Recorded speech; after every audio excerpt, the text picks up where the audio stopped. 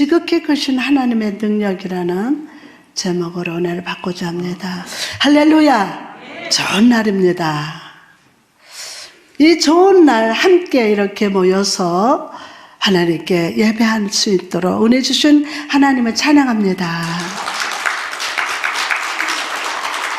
예수 그리스도를 죽은 자 가운데서 살리신 그 능력이 여러분 각 사람에게 오늘 역사하시사 죽음에서 생명으로, 절망에서 희망으로, 상실이 변해서 갑절의 축복이 될 줄 믿습니다.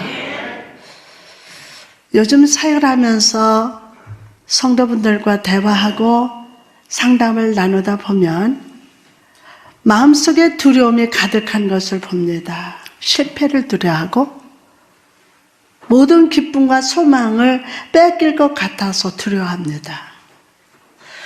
재정적인 문제, 직장과 사업장에서 뒤처질 것을 두려워하고 건강이 나빠질까 봐 두려워합니다.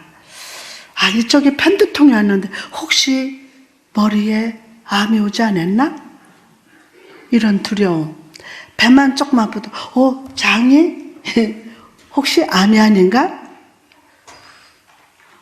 그러면서 두려워합니다. 두려움.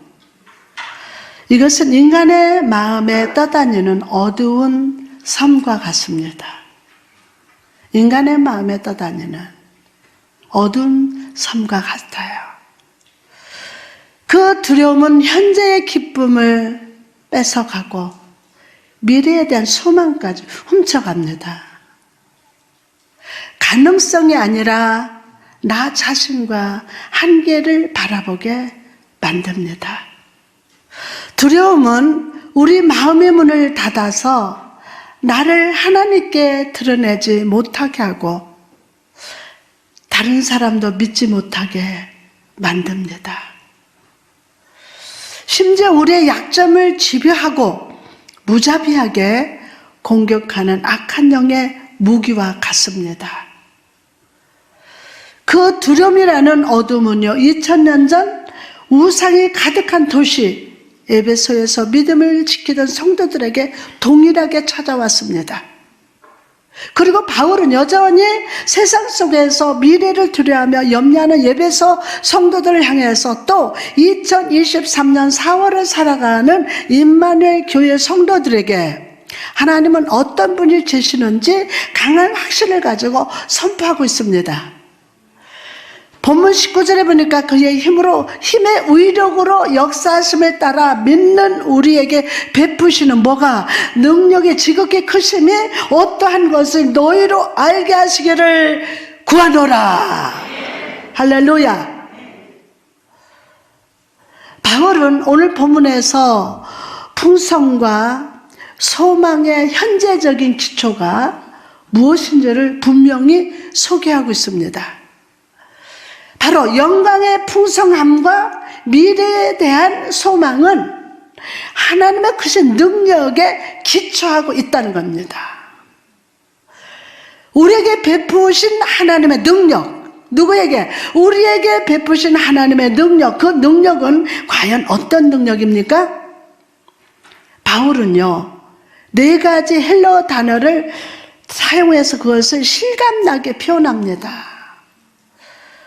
먼저 능력은 뭐죠? 두나미스라고 하는데 가능성이 있다, 잠재력이 있다라는 뜻입니다. 뭐가 있다? 가능성이 있다, 잠재력이 있다는 뜻입니다. 두 번째로 역사하심은 에네르게인인데 활동적인 힘이 있다라는 뜻이라고 합니다. 세 번째로 위력은 헬라어로 크라토스라고 하는데 저항을 이겨내는 힘이라는 뜻으로 오직 하나님께만 쓰는 단어라고 합니다. 마지막으로 힘은 하나님 안에서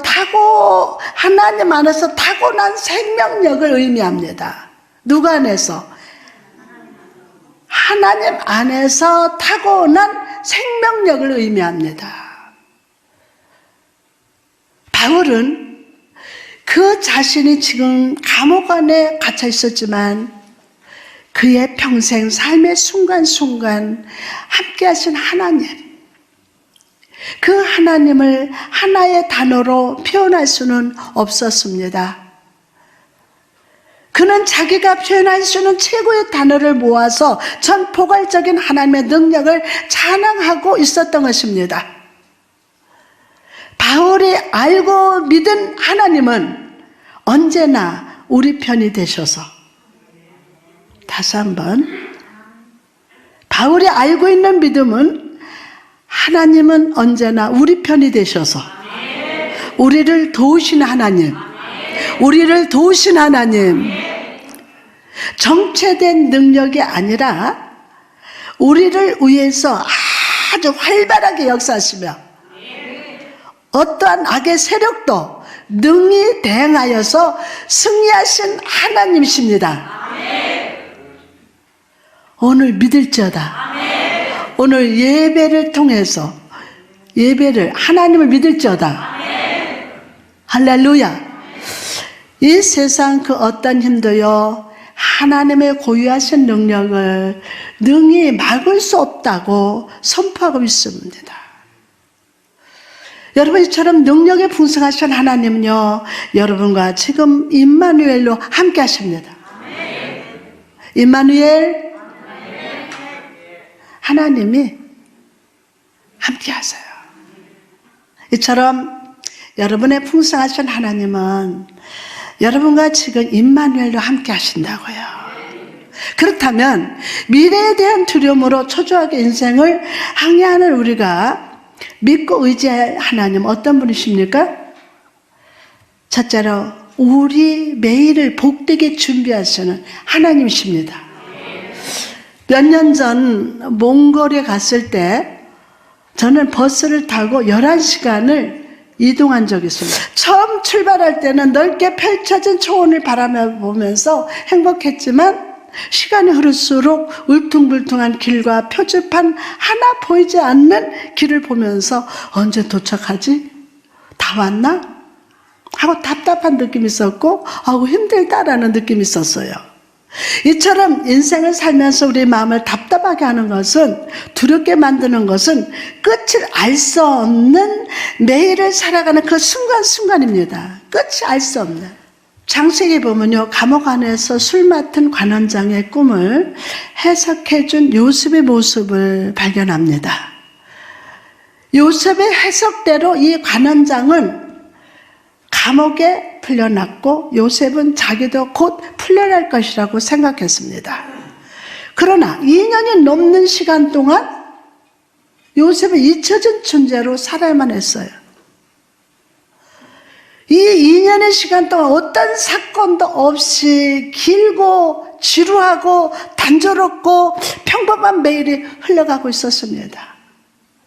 뭐가 안 보여 하나도. 여러분도 혹시 이런 요셉의 심정으로 살아가고 있지는 않으십니까? 그럴 수도 있을 겁니다. 아무 일도 일어나지 않는 매일 같은 일상, 반복된 일을 하면서 계속해서 하나님의 은혜, 복된 응답을 기다리고 있지는 않으십니까? 여러분 생각에 평범한 날이라 해도 사실 하나님은 그 평범한 날 속에서 수많은 일을 행하고 계심을 믿으시기 바랍니다. 하나님은 먼저 이 기다림의 시간 속에서 여러분 각 사람을 단련시키십니다. 욥기 23장 10절 말씀을 보니까 그러나 내가 가는 길을 그가 아시나니 그가 나를 단련하신 후에는 내가 순금같이 되어 나오리라. 아멘. 욥은요 아내를 잃고 자녀를 잃고 모든 재산과 건강을 잃은 채 오랜 그 기다림의 시간을 보내고 있었습니다. 그리고 이 기다림 시간 속에서 그는 하나님의 자기를 다듬으시고 정렬하시면서 순금 같은 믿음의 사람으로 다듬고 계심을 깨달았어요. 이 시험 끝날 후에 모든 잃어버린 것들을 갚아주실 것을 기대한 것이 아니라 앞으로의 삶 속에서도 부자가 되고 높은 사람이 되어도 교만하지 않고 겸손하게 하나님을 의지하는 자로 변화시켜 주실 것을 기도했어요. 여러분처럼 성경 속에서 하나님께 쓰임받는 사람들은요, 기다림의 시간을 보냈습니다. 이것은 의미 없는 시간이 아닙니다. 다시 한번, 이것은 의미 없는 시간이 아닙니다. 오히려 세상의 욕심과 교만에서 멀리 떨어져서 하나님의 비밀스러운 임재 가운데서 다듬어지는 시간입니다. 믿으시면 더 크게 아멘. 다듬어는 시간이에요. 노아는 120년 동안 비가 오기를 기다렸습니다. 아브라함은 아들 이삭을 기다렸고 엘리야는 그리 시냇가에서 하나님의 뜻을 기다리면서 다듬어졌습니다. 이처럼 하나님께서는 당신의 백성들을 기다리고 기다리면서 기다리는 그 시간 동안에 역사하십니다. 우리의 미래의 앞에 가시사, 이게 중요한 겁니다. 우리의 미래에 앞서 가시사 우리를 위한 귀한 축복을 준비하시고, 아멘. 그 축복을 받을 만한 믿음의 사람이 되도록 우리를 단련하고 계심을 믿으시기 바랍니다. 아멘. 그럼 하나님은 우리를 다듬으신 후에 나타내시는 일은 무엇입니까? 주의 자녀들을 세상에서 높여주십니다. 요셉이 2년 동안 그 기다림의 시간을 보내고 있을 때 하나님은 바로에게 꿈을 꾸게 하셨어요. 애굽의 유명한 점술가와 현인들을 불러서 꿈을 해석하게 했지만 그 누구도 풀지 못했습니다. 그리고 바로 그때 하나님은 술 맡은 관원장의 생각 속에 요셉을 떠오르게 하시사 바로 앞에 서게 하셨습니다. 요셉이 감옥 안에서 아무 일도 없이 평범한 날을 보내고 있던 그 순간에 하나님은 요셉을 위하여 이 모든 일을 행하고 계셨던 것입니다. 지하 감옥 깊은 곳에 있던 요셉이 쇠사슬이 풀리고 빗장이 쫙 열렸습니다. 결박에 풀려서 감옥 안에서 궁정으로 죄인에서 애굽의 총리로 높여지게 되었음을 믿으시기 바랍니다. 할렐루야. 여러분, 반복되는 일상을 살며 기다리고 기다리다 지쳐 있으십니까? 바로 그때가 하나님을 믿고 신뢰해야 할 때임을 믿으시기 바랍니다. 하나님께서 여러분의 임재의 날개에 쫙 품으셔서 세상의 욕심과 교만으로부터 쫙 떨어지게 하며, 할렐루야, 주님 앞에 합당한 종의 모습과 순금 같은 믿음으로 단련시켜 주심을 믿으시고 간구합시다. 뭐하고? 믿으시고. 안 들려? 믿으시고? 할렐루야. 아멘이야, 아멘. 아멘이야. 그리고 주님의 상 주시는 그날 요셉과 같이 하나님을 찬송하며 겸손하게 감사하는 여러분 되시기를 주님의 이름으로 축원합니다. 나는 연약해도 부족해도 주님 앞에 쓰임 받는 자임을 꼭 기억하세요. 여러분을 향한 상이 있습니다. 주께서 여러분의 인생 마지막 날까지 붙드시고 복 주실 것임을 다시 한번 믿읍시다. 다음으로 미래에 대한 두려움으로 초조하게 인생을 항해하는 우리가 믿고 의지할 하나님은 어떤 분이 되십니까? 두 번째로 우리 내면에서 역사하는 악을 대적하신 하나님이 되십니다. 아멘. 우리가 평소에 하나님을 생각할 때 떠오르는 이미지는 인자한 아버지나 자녀가 힘들 때 함께 울어주는 어머니를 떠올립니다. 맞죠? 그 하나님은 사랑의 하나님이야. 나를 좀 안아주고 위로해주고 우리 편이 되어주시며 언제나 좋은 것을 예비하시는 여호와 이레의 하나님을 사랑합니다. 그러나 여기서 그러나가 나와요. 그러나 성경 속에는 이제껏 우리가 의지하고 알았던 이미지와는 전혀 다른 하나님의 모습이 나옵니다. 여호수아 5장 13절을 보니까 여호수아가 여리고에 가까이 이르렀을 때에 눈을 들어서 본 중 한 사람이 칼을 빼서 손에 들고 마주 서 있는지라. 여호수아가 나가서 그에게 묻되 너는 우리를 위하느냐 우리의 적들을 위하느냐 하니 하나님은 이스라엘의 대적 여리고가 아니라 여호수아를 대적하여 칼을 딱 뽑고 서 계셔요. 이처럼 하나님께서는요, 오늘 우리의 대적을 대항하여 싸우시기 전에 주님의 말씀의 칼을 저와 여러분을 향해서 겨누고 계십니다. 이것은 우리를 대적하기 위함이 아니에요. 우리를 대적하기 위함이 아닙니다. 오히려 우리 마음 깊숙한 곳에 숨어있는 어둠과 두려움을 대적하기 위함임을 믿으시기 바랍니다. 마태복음 24장 12절에 보니까 불법이 성함으로 많은 사람의 사랑이 식어진지라. 뭐가? 불법이 성함으로 많은 사람의 뭐가 식어지느니라? 사랑이 식어지는 거예요. 예수님께서 마지막 때 일어날 일들에 대해서 말씀하시면서 그 특징 중 하나로 사랑이 식어질 것이라고 말씀합니다. 사랑이 식어질 것이라고.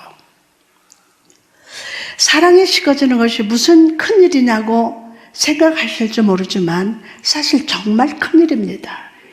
정말. 왜냐하면 교회는 예수 그리스도의 십자가의 사랑으로 세워졌기 때문입니다.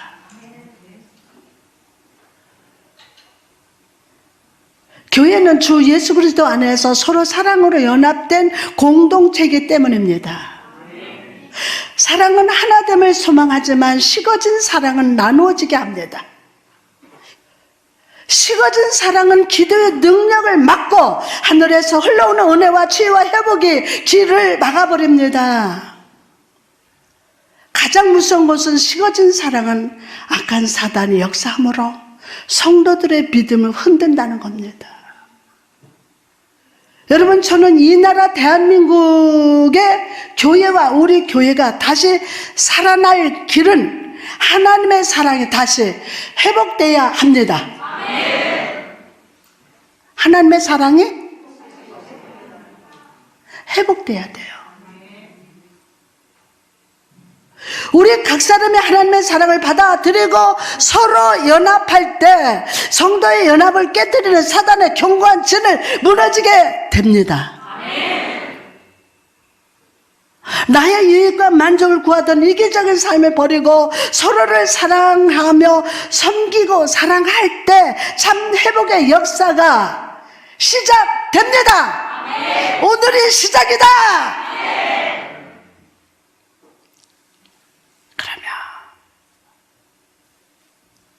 그럼 우리가 교회 안에서 회복해야 할 사랑의 모습은 어떤 모습이어야 합니까?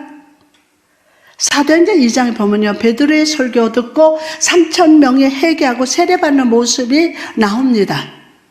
그리고 구원을 체험한 성도들의 이후의 삶의 모습을 성경은 이렇게 증가하고 있습니다. 사도행전 2장 44절에서 47절 말씀 보니까 믿는 사람이 다 함께 있어 모든 물건을 서로 통용하고 또 재산과 소유를 팔아서 각 사람의 필요를 따라서 나눠주며 날마다 마음을 같이 성전에 모이기를 힘쓰고 집에서 떡을 떼며 기쁨과 순전한 마음으로 음식을 먹고 하나님을 찬미하며 찬양하며 또 백성들에게 칭송을 받으니 주께서 구원받는 사람을 날마다 더하게 하시니라. 이게 초대교회 성도들은요, 자기 재산, 자기 물질을 모두 팔아서 서로 필요를 채웠어요. 그들은 모이게 힘썼고 예배를 기뻐하며 하나님을 찬양하는데 힘썼습니다. 심지어 이들의 모습을 보고 주변 사람들은요, 그들을 존경하고 인정했습니다. 여러분, 혹시 여러분은 이 말씀 들으면서 이렇게 생각하실지도 모릅니다. 그럼 목사님, 저의 재산을 다 팔아서 헌금하고 남을 도우라는 말입니까? 그렇게 생각하시는 분이 계십니까? 아니요, 그렇지 않습니다. 제가 말씀드리는 이유는 초대교회 성도들이 이렇게 했던 이유가 중요했기 때문이에요. 이유가 중요했기 때문에. 초대교회 성도들이 재산을 팔고 서로 나눠 쓰고 공급했던 이유가 무엇입니까? 그들은 정말 신앙을 가지고 있었기 때문이에요. 자기들이 살아있는 동안에 예수님이 오실 것을 굳게 믿었기 때문이에요. 주님이 곧 오셔서 은혜의 보호자를 부르실 텐데 이 세상 물질이 무엇이 중요하겠느냐는 겁니다. 초대교회 성도들이. 다시 말해서 그들은 하늘의 상급을 기대하면서 예수님을 만난 날을 기대하면서 서로 사랑하고 섬기는 삶을 살았다는 것입니다. 여러분, 오늘 우리의 모습이 어떻습니까? 우리는 너무 사랑에 식어져 있습니다. 주 안에서 서로 연합하지 못하고 나눠지고 있습니다. 마치 영원히 살 것처럼, 나에게는 죽음의 날이 없는 것처럼 내 만족 유익을 구하며 살아갑니다. 여러분, 우린 내일 일은 몰라요. 오늘 믿으세요. 중요한 거요. 오늘 말씀 믿으세요. 여러분, 잊지 마십시오. 모든 사람은 언젠가 반드시 죽습니다. 가장 인생이 중요합니다. 인생을 생각해야 합니다. 종말의 날이 있습니다. 그리고 죽은 후에 우리는 주님 앞에서 어떤 삶을 살았는지 분명히 심판을 받습니다. 심판을 받아요. 그러므로 여러분, 저는 이 시간 예수님께서 여러분 각 사람의 심령에 보혈을 뿌려주시사 사랑으로 충만하게 하시기를 축복합니다. 주님께서 말씀의 칼을 겨누시사 우리 내면에 숨겨진 사탄의 요새를 무너뜨려 주시고 세상 물질과 만족이 아니라 저 천국에서 아버지가 씌워주실 면류관을 바라보며 서로 사랑하고 섬기며 주를 위해 최선을 다해서 헌신하는 여러분 되시기를 주님의 이름으로 축복합니다. 그럴 때 예수 그리스도의 사랑이 넘치는 우리를 보고 세상 사람들 모두가 칭송하며 박수 칠 겁니다. 악한 사단은 한 길로 왔다 일곱 길로 도망가고 주께서 우리를 붙드셔서 구원받는 자를 날마다 더하게 하실 줄 믿습니다.